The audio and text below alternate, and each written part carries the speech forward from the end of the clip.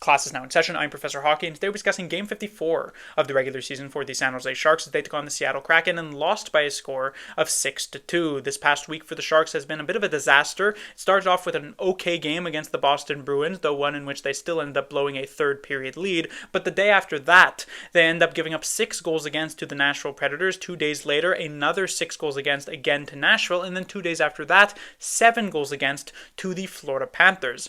This week, on the other hand, would start off on more of a high note with a nice 2-1 victory over the Pittsburgh Penguins, bringing the level of goal scoring down to a more manageable point, or so it seemed. But here tonight against Seattle, it is yet another 6 goals against. This one starts off early in the first period, just 4 minutes in, with a goal from Chandler Stevenson. He makes it 1-0 Kraken. A miscommunication between CC, Wallman, and Celebrini. I don't even know why CC is pinching down from the point in the first place here, as he's never going to win the race to this puck, but it ends up in the back of their net. It's 1-0 Seattle, and they would get the next few chances of this game, but at about the halfway mark of the first period, things would completely shift into the Sharks' favor. I don't believe the Kraken would even get a single shot on goal in those last 10 minutes, and would culminate into a Carl Grundstrom goal of all players to tie this one up at 1. And one would think at this point that the Sharks would have all the momentum heading into the second period, but if there is one thing that we have learned about this team thus far this season, is that momentum between periods does not seem to exist for them.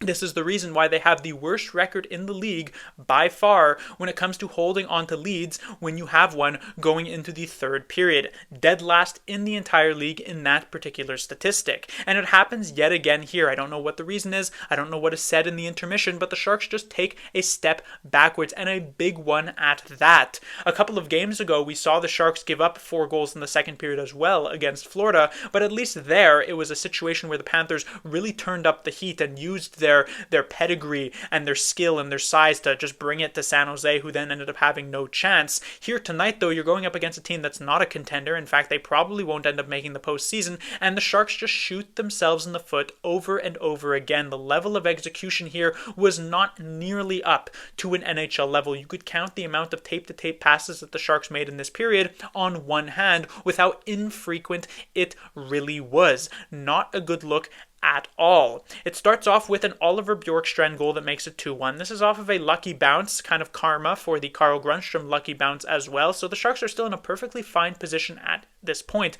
but it really snowballs from there. It is then Walker Duehr with the defensive zone breakdown. He gives the puck away to Seattle, and then Brandon Montour just a few seconds later scores to make it 3-1. Then we get a Sharks power play where they spend the entirety of the 2 minutes in the offensive zone, which is already an improvement over previous Sharks power plays this season where they don't even get established in the zone, but it's not dangerous enough. The Sharks are working it along the wall. They're tiring up the Seattle Kraken penalty killers. They have the space to work with, and the most that they're managing to get are just these weak one-timers on net where they're not moving it fast enough and they're not getting into the eyes of the Kraken goaltender Joey Daccord, and so he has a very easy time of just tracking these pucks and making these saves. And it all ends up onto exactly the type of missed execution we were seeing all period long, as Granlund tries to find Wallman for yet another one of these one-timers. The pass is not in his wheelhouse. It's a turnover to the incredibly tired Kraken penalty-killing group, but they managed to work it up to the one guy on the ice who's fresh,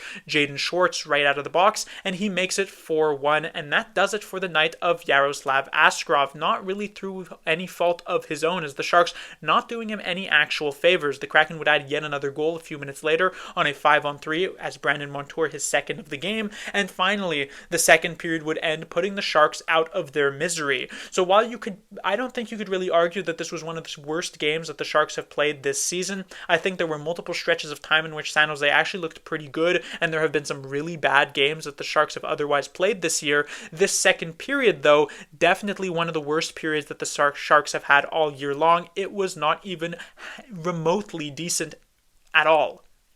Then we got to the third period. The Sharks kind of brought it back a bit from there. Mostly score effects, I would say. Tyler Toffoli scores to make it somewhat interesting. He brings it to within 3, but Eli Tolvanen swoops in quite quickly after that. He restores the 4-goal lead, and at that point, that kind of stamps this game away. And the Sharks, as I said, they end up losing it 6-2. Moving on to the players to talk about, we have the Sharks top line of Zetterlund, Granlund, and Smith. I'll start off with Will Smith, who I will say didn't have the best of games here, especially in comparison to some of the previous ones, but there are still some positives to highlight for sure. First of all, he manages a point, which continues his point streak of now 6 games with the primary assist on the Carl Grundstrom goal. He was also a +1 here tonight, which is not the most notable thing because plus minus isn't a great stat, but in a 6-2 loss, being a plus player, not too bad.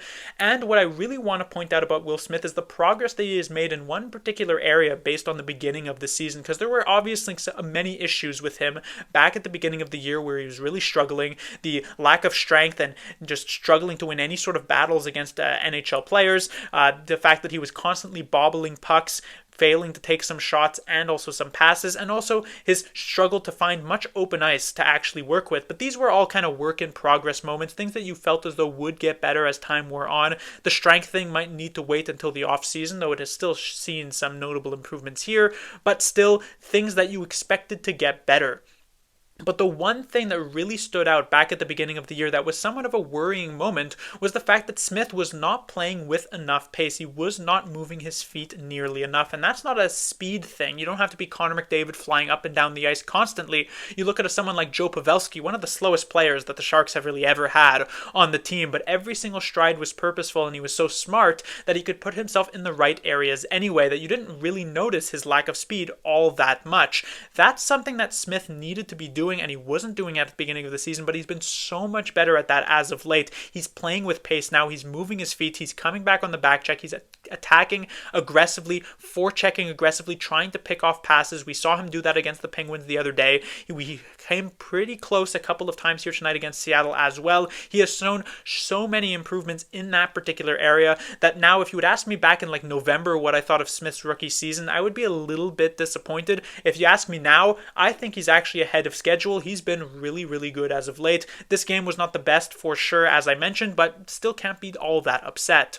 When it comes to his two line mates, we have Granlund and Zetterlund. I'll start off with Zetterlund, who I thought started this game off actually rather well. The first few minutes, he certainly didn't look all that bad, but then we saw him miss a couple of shifts at the end of the first period. Carl Grundstrom filled in and actually managed to score the only goal of the first period here for San Jose, but once Zetterlund would return to the game and come back in the second and third, he looked like an entirely different player, not playing with as much speed, not being able to catch these passes that admittedly were maybe not in his wheelhouse, but still. So I don't exactly know what ended up happening in those last few minutes of the first, how much this sort of injury, so to speak, was ailing him, but it looked a little bit off as that game wore on. When it comes to Mikael Granlund, not the worst game that we have seen from Granlund as of late, but in these last few games, especially because of Will Smith, he's been playing a lot better. Here tonight, not quite the case, I would say, but still not the worst of the worst games for Mikael Granlund. When it comes to the Sharks' second line, we have Celebrini, Eklund, and Toffoli, and we'll start off with Macklin Celebrini here because I will say this, he was definitely the Sharks' best player of the night. He picks up the primary assist on the Tyler Toffoli goal, but he was also pretty much the only player in the second period for the San Jose Sharks who actually looked pretty good. The only good shift that San Jose had at even strength in this second period was right at the end of it in the last minute and a half, and it was pretty much entirely off the back of Celebrini. While other players seemed to just kind of be going through the motions and not being able to execute any sort of play, Celebrini was still playing with pace. You could see the frustration still there. There was a moment where he was fighting for a puck in the corner and he's like laying the cross checks on some of those Kraken players. There was definitely some frustration in his game, but it didn't throw him off. It didn't make him play worse. He was playing with a lot of emotion, a lot of heart, and I really appreciated his effort here tonight. And I want to tie this into a quote that he had from a few days ago when asked how much the losing might have been affecting him on the Sharks. And he mentioned how, of course, you don't want to be losing, which is expected answer from any NHL player, not just Celebrini. But what I really liked what he said was kind of a lesson that he had learned, which was that you can only really do your own job at the ice. And as long as you make sure that you're doing your own job, you can at least be happy with your game. If you try to start filling in some of the gaps that are being left by your teammates because they're not doing their part, you're going to get into some trouble. So Celebrini just kind of focusing on himself, and I think he did a very good job of that here tonight. Again, the best player on the ice for the Sharks in my opinion. When it comes to his two line mates, though, they weren't too far behind, I would say. I thought Tyler Toffoli actually had an alright enough game. It's kind of hard to say because that second period was such a huge stain on the game here tonight that you can't really say that so many of these players were all that great, but still, like, this second line was definitely by far the Sharks' best of the night, and Toffoli was a part of that. For William Eklund, I am still looking for that level of play to be raised slightly. It still feels as though that we're kind of like 80% of the way there, but you want to be more so 100% of the way there, like we saw when Celebrini and Eklund were first originally put together a few weeks ago. But there are still some good enough elements here that I can't be too upset with what Eklund is doing. When it comes to the Sharks' third line, this was quite disastrous for San Jose here tonight. It was Kunin, Goodrow, and Kovalenko. No Wenberg here tonight. He's out with an injury. That is the reason for why he does not play, and a big reason for why this third line was as bad as it was. We already saw Kunin and Goodrow fail to fill into a fourth line center role, so having one of them fill into a third line center role was going to be even more disastrous, and indeed that was the case. This third line for those first couple of periods, not doing much of anything. Kovalenko, in particular, I thought looked really bad here tonight. Some bad giveaways, not doing anything from an offensive perspective. Kunin and Goodrow, at the very least, and this is something that Warsofsky is going to appreciate, they were physical, they were throwing their body around, they were getting involved sort of in that way, even if actual hockey-wise they weren't playing particularly good. What I will say, however, is that Kovalenko did not return to play in the third period. He left with an undisclosed injury, so it seems, and they ended up being joined by Carl Grundstrom on this third line, and suddenly Kunin and Goodrow actually started to look a little bit better. Not by much, but they finished the game off somewhat strong, so I guess you kind of have to commend them for that, though still not the best game, not a great outing. When it comes to the Sharks' fourth line, let us start off actually with Carl Grundstrom, who certainly bounced around the lineup here tonight. He starts off on this fourth line with Dewar and White, and it doesn't look particularly good at first. Then he jumps up with those couple of shifts with Granlund and Smith, scores a goal, and then he finds himself on the third line in the third period, where I actually thought he looked quite good. And so Grundstrom actually ended up being a decent player here tonight for San Jose. But when it comes to this fourth line as a whole, once more, to sound like a broken record, it's really missing Nico Sturm's presence here. Nico Sturm, you don't even notice what you have until it's gone. He was really tying this fourth line together. And considering he is that pending unrestricted free agent, someone who the Sharks are very likely to move at the trade deadline, this is not something that's going to be getting much better for San Jose. At this point, what it seems to be from Colin White and Walker Dewar is that neither of these two players are particularly NHL caliber. Now, you don't blame the Sharks because they are dealing with a ton of injuries. No Wenberg here tonight, no Kostin, no Dellandrea. So these two players probably not in the lineup if they were actually fully healthy, but still right now you're icing two guys who just simply can't really play at an NHL level. The giveaways here tonight were not particularly good. I tweeted this out during the game that you see them just give up these high danger chances and you're just getting a bit depressed by that, even if they're only playing 6 to 9 minutes a night. So not a good outing for them for sure.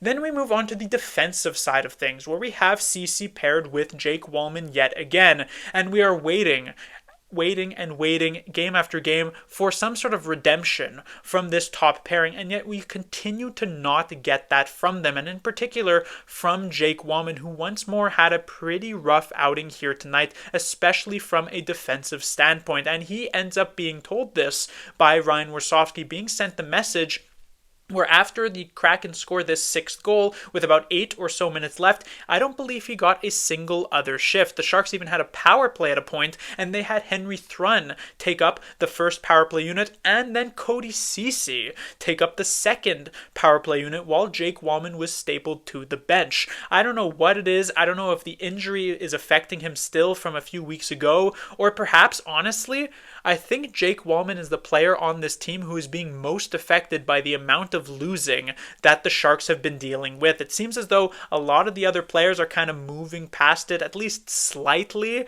but for Jake Wallman, it's hitting him quite hard, and he's trying to do too much on the ice. It goes back to that quote that I mentioned about Celebrini, which is that he understands that you just have to try and do your own job. You can't do other players' work for them. Wallman, it feels as though he wants to make that impact. He wants to be the difference maker. He wants to be the guy who ends up getting the victory for San Jose, and he ends up falling into trouble because of that. He's overforcing. He's playing more of a reactive defensive game where he's trying to wait for the play to go in his direction so that he can try to skate out with it or make the breakout pass, kind of reminding me of an Erik Karlsson during his last year, or honestly most of his years with the San Jose Sharks. He's not actually playing a proactive defensive game and trying to make these plays, just kind of standing in one spot, hoping that things work out for him. Not a great outing for Jake Wallman yet again. And again, as I mentioned, that message being sent by Ryan Warsofsky, quite telling for sure. His defensive partner Cody Ceci has in a way been benefiting from the fact that Wallman has looked a lot worse than him to make him look a bit better by comparison, but Ceci himself I don't think has necessarily been all that great, so you can't really rest on your laurels there. When it comes to the Sharks' second defensive pairing, we have Ferraro and Liljegren. Now in previous games they'd actually managed to maintain a somewhat consistent level of play. They had actually been alright. Here tonight though, and especially in that second period, an absolute disaster for these two players. They kind of brought it back in the first and in the third period, but it certainly doesn't make up the massive hole that they dug for themselves in that middle frame, so not particularly impressed with what they did. And then we get to the Sharks' third defensive pairing, where we have Thrun being joined once again by Marc-Edouard Vlasic. This one caught me very much by surprise because it was in the previous game that we saw Thrun with Thompson, and they actually looked quite good, or rather solid, I would say. Together it wasn't amazing, but it was certainly better than what we had seen from Thrun and Vlasic, because Thrun and Vlasic, when paired against the Florida Panthers, the worst pairing that we have seen from the San Jose Sharks at all throughout this entire season.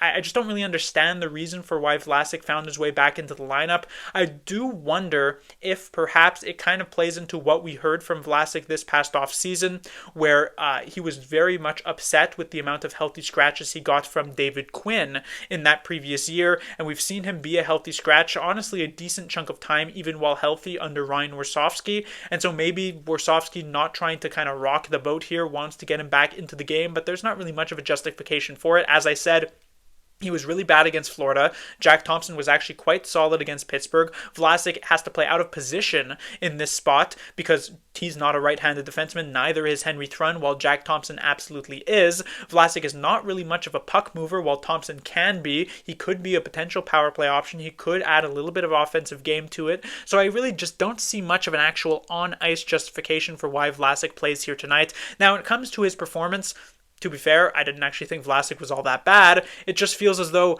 why are we leaving Thompson on the bench? That's the major question mark for me. However, when we move on to Henry Thrun, he's a bit of an interesting player for sure. He seems to be one of the players on the Sharks who is most driven by his confidence level. When Thrun is not playing to a confident point, he is just not very good in his own zone. He's not moving his feet. He's not trying to make plays. He just kind of sits there and attempts to clear pucks up the wall or off the glass and out of the zone. And if it fails, oh, well, then it fails. And Thrun is just making mistakes like this over and over again. But when he gets his confidence rolling like he had last game against Pittsburgh and like he had here tonight, he's actually doing some stuff. He's jumping into the play in the offensive zone. He's standing up aggressively in the neutral zone. He's actually making some moves to break out of pressure in the defensive zone as well. This was my major criticism of him, that when the slightest bit of pressure forechecking wise from the other team is applied to him, he panics and he makes a terrible play. Here tonight, that wasn't actually the case. There was a moment in the first period where there is some forechecking pressure on him, but he makes a nice pass to himself off the backboards, backs off the oncoming player, and then is able to make a clean first pass out of the zone. I really liked Thrun's game here tonight. Obviously, the game as a whole defensively for the Sharks wasn't great, but to me, Thrun stood out above all others as the Sharks' best defenseman of the night. I tweeted this out during the game as well. I thought he looked rather solid.